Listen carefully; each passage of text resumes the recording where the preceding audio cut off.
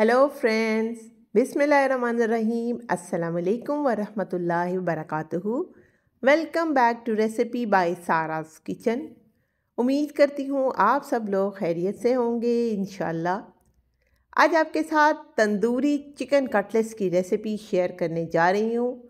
बहुत ही मज़ेदार खुशबूदार मसालों के साथ बना हुआ ये कटलेट्स आपको हर बाइट के अंदर बारबेक्यू चिकन का टेस्ट देता है और इतने मज़ेदार रेशादार कबाब आपके ये बनके तैयार होते हैं कि आप चाहे इसको किसी भी पार्टी में एंजॉय करें, हाई टी में, या फिर आप इसको डिनर में सर्व करें, हर तरह से ही ये बहुत लाजवाब रहते हैं। तो चलिए इसको बनाना स्टार्ट करते हैं। शुरू से लेकर एंड तक ज़रूर देखिएगा। रेसिपी अच्छी लगे लाइक शेयर और चैनल सब्सक्राइब कीजिएगा। ये बनाने के लिए मैंने यहाँ पर एक पैन गैस पे चढ़ा दिया है। 2 से 3 टेबलस्पून इसमें मैंने ऑयल डाला, पिंच ऑफ सॉल्ट और 300 ग्राम बोनलेस चिकन मैंने इसमें डाल दिया है। सॉल्ट पर इसमें इसलिए डाला है ताकि चिकन जो है वो बर्तन के साथ चिपके ना और ये अच्छे तरीके से फ्राई हो जाए। हमने इसको अच्छे से फ्राई करना है तब तक जब तक कि इसका कलर बिल्कुल चेंज नहीं हो जाता, सफ़ेद नहीं हो जाता। आप कोई भी चिकन का पीस यूज़ कर सकते हैं। मेरे पास यहाँ बोनलेस पड़े हुए थे तो मैंने वो फिलेट्स डाल दिए हैं। आप किसी भी पार्ट को यूज़ करके उसमें से हड्डी को बाद में अलहदा कर सकते हैं, इसमें कोई भी इशू नहीं है। तो ये देखें, बस मैं इसको फ्राई कर रही हूँ। जब तक ये फ्राई हो जाता है इसमें डालते हैं हाफ़ टी स्पून ज़ीरा और उसके साथ इसकी करेंगे हम भुनाई। ज़ीरे की बड़ी ही प्यारी सी महक अभी उठेगी और उसके साथ चिकन का जो फ्लेवर है वो बहुत ही मज़ेदार सा बनके तैयार होगा। अब हमने चिकन को फ्राई करना है जब तक ये बिल्कुल वाइट नहीं हो जाती तब तक। साथ ही इसके अंदर हमने यहाँ पर ऐड कर देना है 1 टेबलस्पून भर के जिंजर और गार्लिक पेस्ट। चाहे तो चॉप करके डाल दें, चाहे तो पेस्ट डाल दें।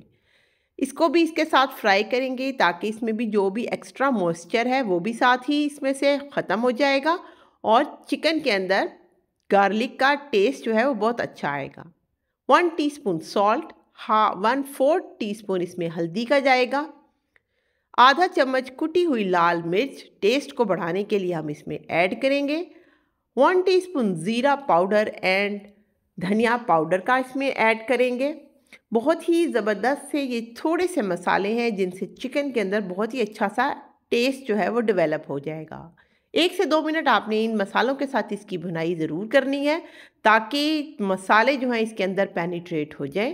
पानी अभी शामिल नहीं किया, ना ही हम बाद में करेंगे अभी। तो ये इसको डालने के बाद आपने इसमें ऐड करना है 3 से 4 टेबलस्पून योगर्ट।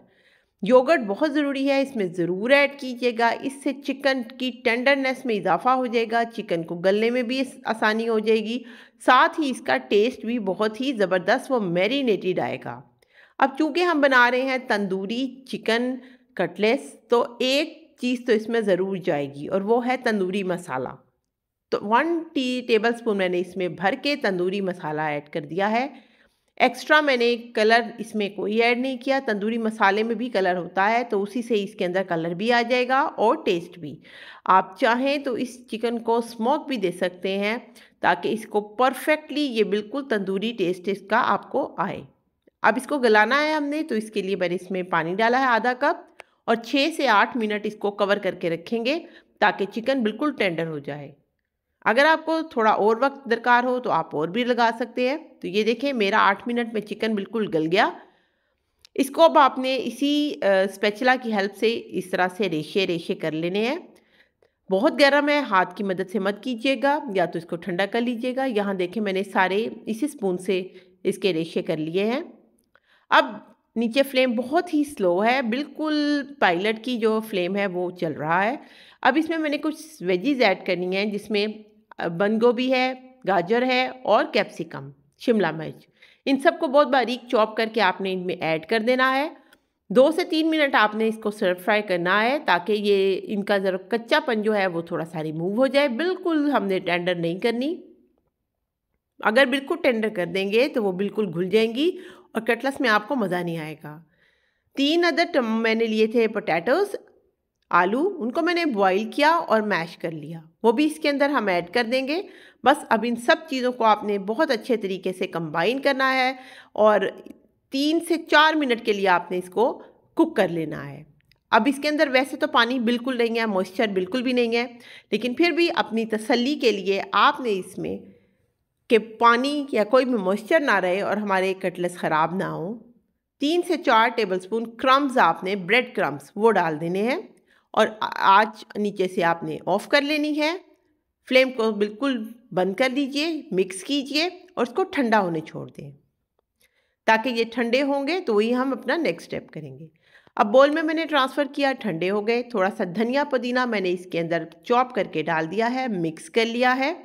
ये देखिए बहुत ही आपके ज़बरदस्त से रेशा वाले जो है ना कटलेट्स बनने को तैयार हैं।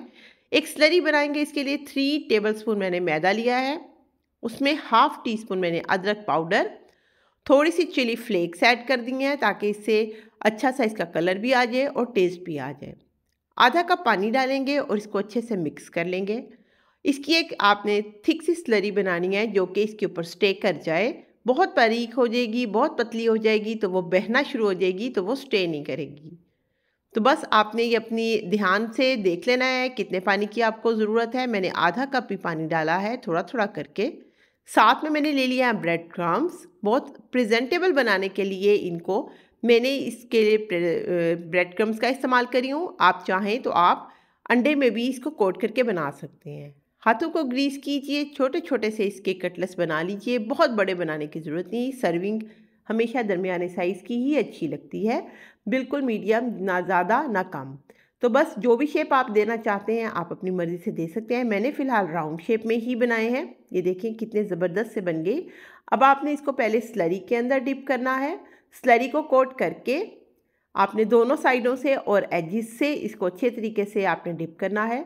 अब ये ध्यान रखिएगा कि एक्स्ट्रा स्लरी आपने इसके ऊपर रहने नहीं देनी। सो उसको आपने ड्रेन करके फिर ही आपने ब्रेड क्रम्स में इसको कोट करना है। इस तरह से आपके ब्रेड क्रम्स भी ख़राब नहीं होंगे और आपके ब्रेड क्रम्स बहुत ज़्यादा इस पर लगेंगे भी नहीं। तो ये देखें, इस तरह से आपने ब्रेड क्रम्स के साथ कोट कर लेना है, उस हाथ से जो आपका हाथ सूखा था। और इस तरह आपने सारे कटलेट्स जो हैं बना के रेडी कर लेने हैं। एट दिस टाइम आप अगर इनको फ्रीज़ करना चाहें तो आप जिप लॉक बैग में डाल के या किसी कंटेनर में डाल के इनको फ्रीज़ भी कर सकते हैं। तो यूँ मैंने ये बना लिए सारे और अब हम इनको मीडियम फ्लेम पे मैंने ऑयल को गरम कर लिया था। 1-2 क्रम्स डाल के मैंने उसकी चेक भी कर लिया, टेम्परेचर बिल्कुल ठीक था। तो अब हमने सारे अपने कटलेट्स इसमें 1 बाय 1 करके डाल दिए हैं। अलट पलट करते हुए दोनों साइड से हमने इसको गोल्डन ब्राउन होने तक पकाना है। ये देखिए माशाल्लाह बहुत ही जल्दी बन जाएंगे क्योंकि क्रम्स की कोटिंग हुई हुई है। तो ये हमारे कटलेट्स जो है ना खस्ता क्रिस्पी से बन के तैयार हो जाएंगे फटाफट से इंशाल्लाह ताला। तो ये देखें ये बनना भी शुरू हो गए। अब हमने इनको एक्स्ट्रा ऑयल को हमने स्टेन करना है, सो इसलिए किसी स्टेनर में डाल के आपने इनको निकालना है। ये देखिए कितने ज़बरदस्त से आपके कटलेट्स बन के तैयार हो गए हैं। तो ये बहुत ही ज़बरदस्त सी रेसिपी है स्नैक्स की, आप इसको ज़रूर ट्राई कीजिएगा। इतने रेशे वाले ये कटलेट्स बनते हैं, दिल खुश हो जाएगा। रेसिपी अच्छी लगे लाइक शेयर कीजिएगा और चैनल को सब्सक्राइब किए बिना हरगिज़ मत जाइएगा। सो इस यामी सी रेसिपी के साथ मुझे दें इजाज़त। अपनी दुआओं में मुझे याद रखिएगा। So keep watching recipe by Sara's kitchen. Take care, Allah हाफिज़।